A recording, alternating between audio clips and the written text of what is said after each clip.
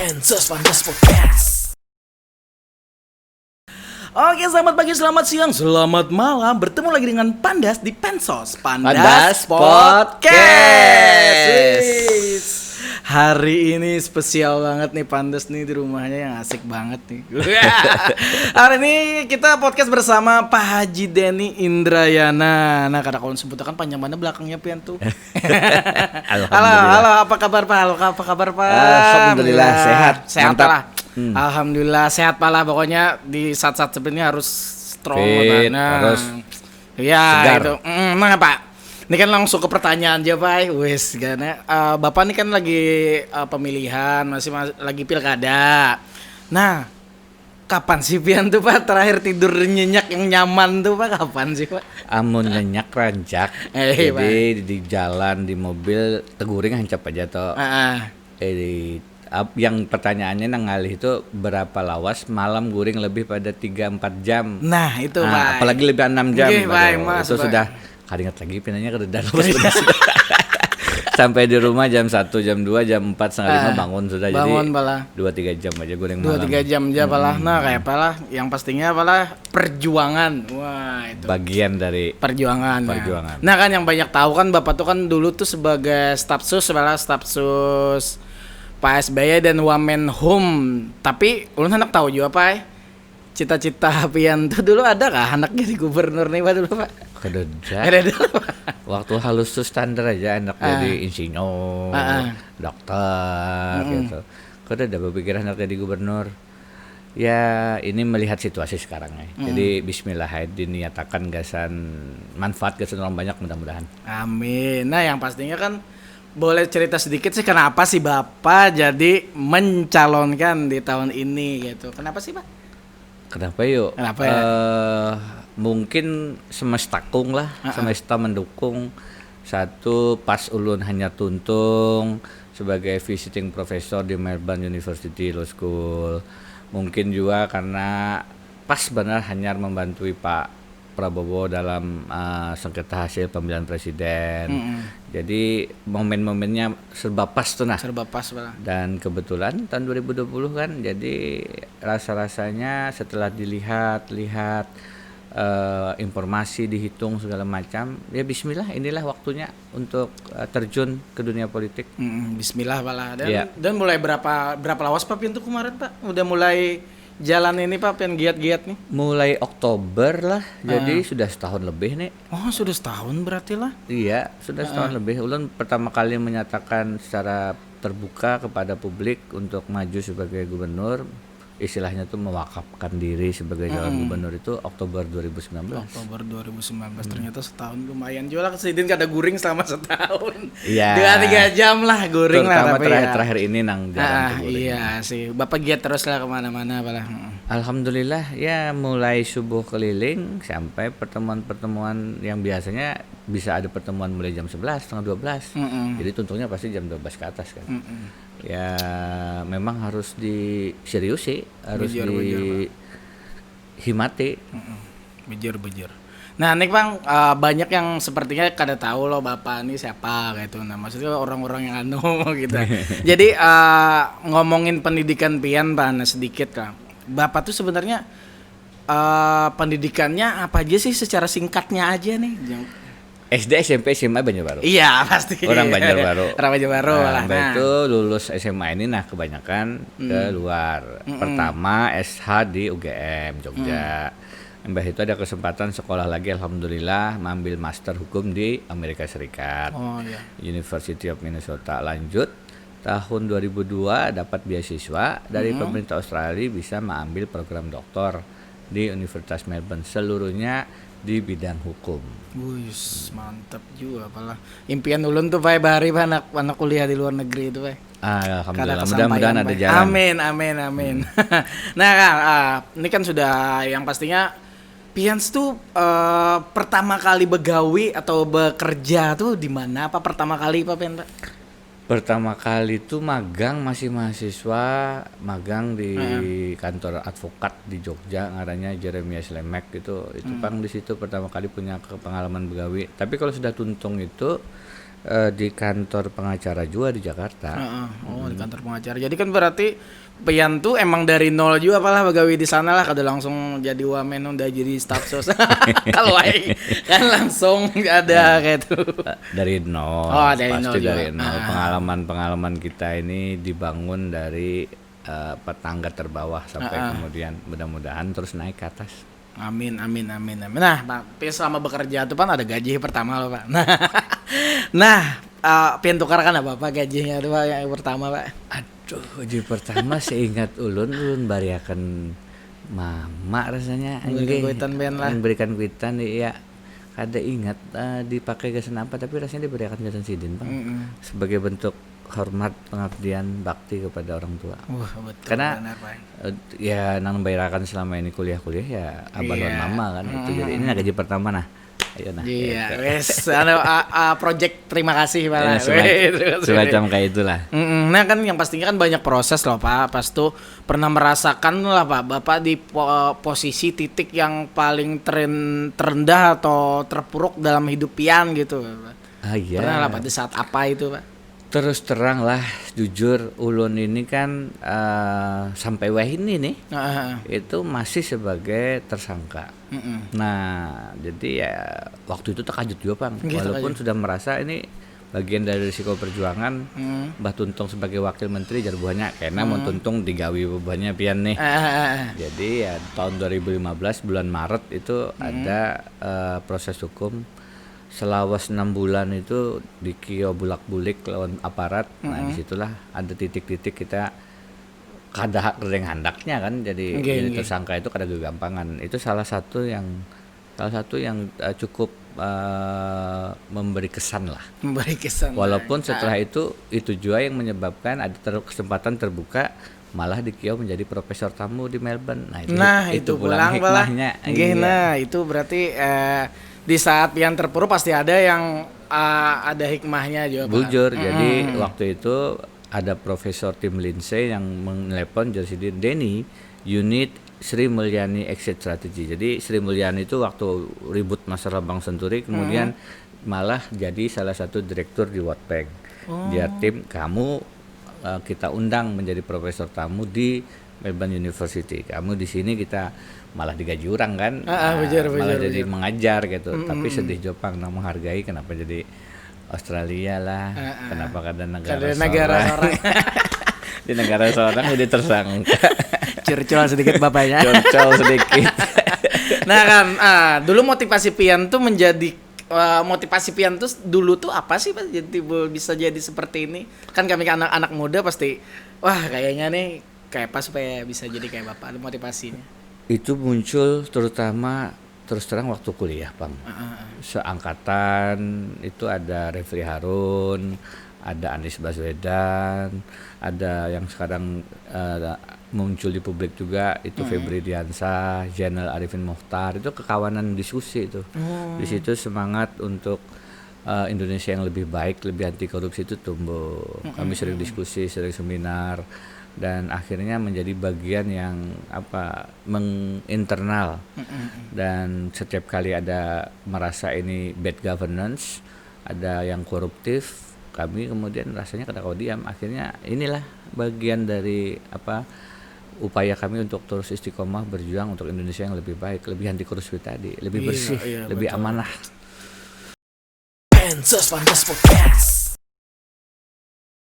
Oke, akhirnya Pak lagi habis break ya. Jadi pengen nanya lagi nih Pak seputaran Bapak nih ya. Nah, mulai kapan sih Bapak sih memberanikan diri untuk masuk ke dunia politik tuh, dari kapan sih Pak? Sebenarnya kita semua itu berpolitik. Dan ulun sejak bergabung sebagai staf khusus presiden tahun 2008 mau kada mau berpolitik.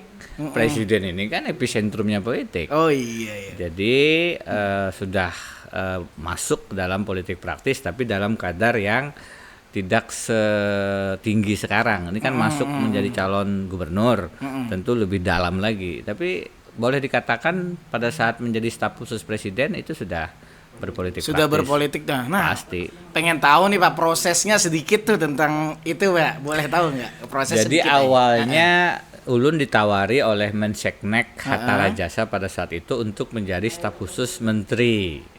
Nah, tapi ulun timbang-timbang jar ulun bantu pian, Bang, tapi mungkin tidak harus dari dalam kan, bisa dari luar memberi masukan-masukan. Kada berapa lawas 2-3 bulan setelah tawaran itu ulun pertimbangkan tidak diterima, dikio pulang. Ini Pak SBY butuh staf khusus. Dulu apa tuh? Staf melekat di diri presiden untuk memberi masukan tentang hukum. Sempat 3 bulan itu ulun pertimbangkan karena pada saat itu sedang dalam posisi yang banyak mengkritisi kebijakan presiden, sehingga kalau masuk bisa disalahartikan oleh publik bahwa ini dulu kritik karena ini hendak masuk segala macam. Tapi setelah ditimbang-timbang akhirnya diputuskan bismillah masuk menjadi staf khusus, begawe di istana, dan banyak pengalaman menarik untuk dijadikan pelajaran-pelajaran yang menempa ulun selanjutnya akhirnya diangkat jadi wakil menteri hukum dan HAM dan menyadari bahwa penegakan hukum kita, problematika hukum kita memang masih banyak pekerjaan rumah, terutama praktek-praktek mafia hukum, mafia peradilan yang memperjualbelikan hukum. Ini yang harus kita perangi. Harus diperangi itu, Pak. Iya. Nah, kan ini kan kalau pada ini kan udah aku lihat ya banyak banget nih segudang prestasi. Wes, maksudnya ada juga. Yang paling dibanggakan prestasi di saat apa ya, Bapak ya? Yang merasa paling dibanggakan gitu. Apalah. Aduh. Ya seharusnya sesuatu yang dirasakan banyak manfaat oleh orang lah. Karena kan jabatan ini kada artinya kalau kita kada kau membawa manfaat. Mungkin salah satunya adalah pada saat CPNS 2012. Nah, jadi ulun jadi wakil menteri itu 2011. Itu ada seleksi calon pegawai negeri sipil di Kementerian Hukum dan HAM tahun 2012. Itu ulun jaga bujur supaya tidak ada main belakang. Jadi ulun tulis di koran CPS itu calon pegawai negeri setoran, dan akhirnya dari kisah yang diterima itu banyak anak-anak dari orang yang dangsana kita yang kurang mampu, secara ekonomi kurang beruntung, anak maaf lah, yang beca, kemudian anak yang ibu-ibu pembantu rumah tangga, sejenis itulah, yang secara keuangan membuktikan bahwa memang ada kawa pun hendak menyuap segala macam. Jadi betul. Setelah proses itu lun keliling tuh melantik beberapa CPNS di beberapa provinsi, dan banyak kisah bahwa Pak terima kasih ulun ini bujur-bujur murni masuk kada berduitan, kami dari keluarga kada mampu itu banyak. Jadi rasanya alhamdulillah benar kawa melalui proses itu menjaga agar proses seleksi itu berjalan nihil setoran, dan memang itu melalui kerja yang harus disiplin, panitianya dijagai, melibatkan mahasiswa, melibatkan LSM, melibatkan ombudsman, melibatkan KPK, dan akhirnya dengan pengawasan yang ketat itu mudah-mudahan kalau pian terdapat CPNS Kemenkumham tahun 2012 takun aja. Ayo masuknya bersih kada? Insyaallah buahnya kada bersetoran itu rasanya salah satu yang alhamdulillah nakawa manfaat bagi banyak orang tuh. Nah itu salah satu kebanggaan ya Pak. Iya. Nah, pastinya memberikan sesuatu kepada banyak orang gitu, kesempatan ya, begawian, bermanfaat, mengangkat ekonomi keluarga dari yang kada mampu. Mudah-mudahan banyak yang kemudian bisa anak-anak yang akhirnya jadi PNS dan bisa mengangkat ekonomi keluarganya kan. Dan benar-benar murni itu Pak. Dan benar-benar murni. Iya. Sebangga juga saya Pak. Ini kan pertanyaan ini lebih mengangan-angan atau ke masa depannya Kak, benar. Jikalau nih tiba-tiba, maksudnya bukan tiba-tiba, jikalau Bapak jadi gubernur Kalimantan Selatan, 7 hari pertama apa sih yang akan Bapak lakukan gitu? Pertama, ulun tentu akan rekonsiliasi. Artinya mudah-mudahan ada kesempatan lebih bersilaturahmi dengan Pak Sabirin, Pak Muhyiddin. Kan ini dalam kompetisi barangkali ada ada situasi yang terbangun yang barangkali kada tapi nyaman, ulun akan datangi sini sebagai senior. Ulun akan juga mendatangi senior-senior lain yang sedikit banyak barangkali merasa kada nyaman pada saat kompetisi. Terus ulun juga akan mengucapkan terima kasih kepada relawan-relawan, kepada partai. Jadi sebuting-sebuting didatangi, direkonsiliasiakan lagi. Ya sedih karena ada beberapa relawan dalam proses ini yang berpulang. Salah satunya ada yang pertama kali itu menelepon ulun masih di Melbourne, belum ada pikiran hendak maju, ditelepon Sidin, Pak Pian maju gubernur. Habib Muhammad Sidin berpulang sudah terkena COVID. Jadi ya sedih juga, Bang. Ada di sini juga di Martapura, ada yang juga karena terkena serangan jantung. Pun kadang-kadang berpikir mudah-mudahan kada keuyuhan karena giat.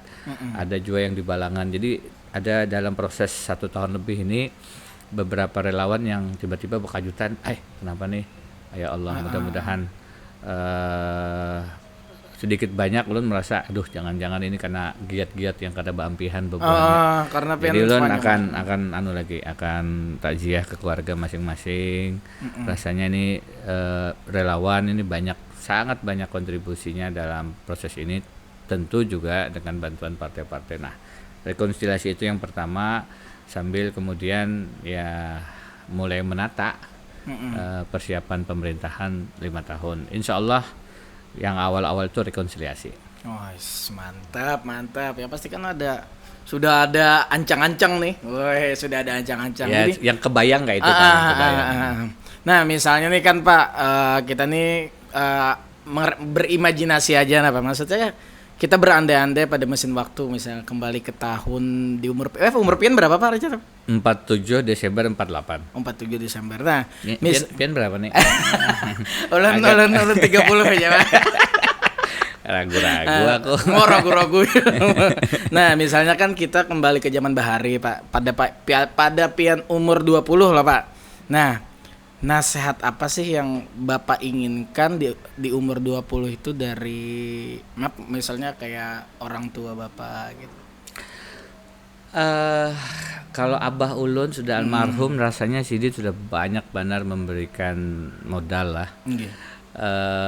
Pasti ulun merasa modal dasar itu adalah agama. Jadi kada kurang-kurang kita harus menimba ilmu agama, itu penting benar sebagai modal kita, terutama menghadapi tantangan hedonisme, materialisme, macam-macam nih, sekularisme yang makin, kapitalisme yang makin mencengkram kita nih. Ya. Kita harus punya hati yang kuat, hati yang bersih, dan itu salah satu inputannya ya agama. Di sisi lain, kalau ulun memberikan tukar pikiran lawan dangsana kita yang anum, ya jangan mudah tergoda dengan kekuatan duit itu. Ini luar biasa. Ya, duit itu pasti kerja yang gak ada butuh, tapi jangan sampai kita menuhankan segala cara dapat duit. Nah, ini tapi yang merusak kayak bener. Itu kayak sudah jadi tradisi itu, bagaimana Pak itu gitu Pak? Semuaan sekarang rusak karena duit ini masuk ke politik, masuk ke hukum, masuk ke ekonomi, masuk ke birokrasi. Ya harus kita rem.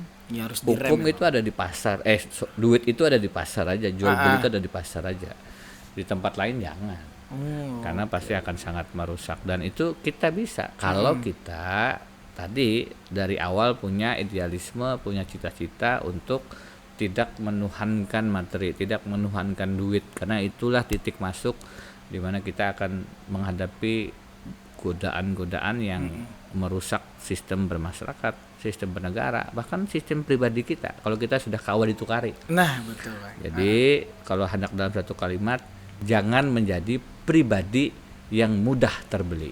Wis, mantep. Jangan menjadi pribadi yang mudah terbeli. Betul. Kayak bekawanan juga dulu ada juga Pak kalau dibayar. Nah Pak, ini menjauh sedikit tentang prestasi Bapak yang dulu. Apa benar Bapak dulu itu apa itu ya yang pas penangkapan Gayus itu ada ya Pak? Gitu gimana Pak? Itu agak agak dramatis lah. Agak dramatis gimana tuh? Dramatisnya kayak ini, waktu Gayus sebelum tulak ke Singapura itu sempat berdapat kami. Jadi kami yakinkan supaya inya membongkar. Inya ini kan ya kada gana-gana juga lah. Pion lain tapi menteri juga lain lah. Ya posisinya itu lah di tengah lah. Jadi kita bongkar siapa rajanya, siapa apa dalangnya nih, siapa master of mind-nya siapa. Dia sudah mulai hendak kayak itu tiba-tiba gair jua rupanya manusiawi lah. Ada bas berdapat ulun tuh rupanya langsung ke bandara Mbah itu. Nah, setelah kami dapat informasi bahwanya di Singapura, kami tulakan. Pas tulak tuh kami di mana mencari di Singapura nih? Bingung juga. Bujur juga gimana? Di mana nih Jalun sambil mencari makan, Jalun lawan Mas Ahmad Santosa kawan berdua kami. Mudah-mudahan lah mendapat Gayus. Itu ada food court di satu mall di sana tuh ada tempat makan. Dulu di situ ada rumah makan Padang tuh di situ. Pas itu kita di base campnya di bawah berjalan tuh saat ada berapa lawas jar Pak Ota Den Gayus jarulun pian begayaan. Ada orang membelakangi ulun begayaan pian nih Gayus des malunya di belakang ulun yang melihat kan. Coba kamu mundur ulun tak Gayus beneran. Emang beneran kali ya? Beneran Gayus. Jar ulun, ulun tak pakai kan? Yus, tajutnya. Mas Denny ya, hanya berdapat kan? Lalu Mas Ota ngikutin saya ya? Enggak, kamu ngapain? Beliin makan Mas. Beliin makan siapa? Anak istri di hotel. Ada anak istrimu di sini? Ada. Kamu ngapain? Ya ini katanya beliin makan. Kok beli makannya tuh di tempat orang Indonesia sering ngumpul tuh loh itu juga dia nih dasar juga Gayus itu kan pernah bewik nonton tenis kan. Perasa kerja yang penandunya perasainya. Jadi orangnya relatif agak lugu-lugu gitu. Jadi jalun bepandiran kita. Nah itu Pang, itu kisah Gayus itu kita yakinkannya supaya bulik. Ajar kita kalau perlu malam ini kita menyewa pesawat kita belikan sampai akhirnya inya hakun. Jadi ada dramatisnya juga itu, ada tangan Allah juga tiba-tiba orang sampai sekarang tapi percaya kada mungkin. Masa sekebetulan itu ini bujuran demi Allah demi Tuhan pas ulun mundur. Dan kada ada perlawanan juga malah. Kada ada. Bapak Denny ya. Itu ada foto-foto videonya kan mulai beredar kami bepandiran di food court situ. Tapi intinya ya kabel juga doa ulun tuh jalan bismillah mudah-mudahan mendapat Gayus. Kalau sampai 5 langkah kabel. Jadi hati-hati lah ulun berdoa. Ulun doakan pian sempat lagi jombo belawasan jangan jangan doakan lekas saja Pak. Bisa ngalih deh. Tapi sih mantap sih ada ceritanya juga ternyata ada itu kisah bujuran. Iya makanya sih asik banget sih. Jadi Pak ini terakhir nih Pak.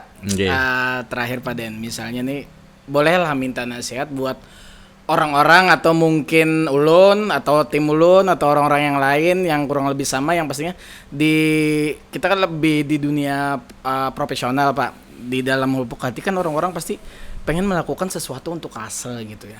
Bagaimana sih cara Bapak memulainya? Terus apa harus gabung ke partai gitu atau harus gimana gitu buat jadi untuk menjadi relawan Bapak di Kalsel ini buat menjadi relawan. Masing-masing kita pasti punya kelebihan dan kekurangan. Pian punya kelebihan, ulun bisi kekurangan. Ya kalau jadi jangan menjadi orang lain. Jadi diri sendiri, apa kontribusi yang pian merasa bisa lakukan di situ.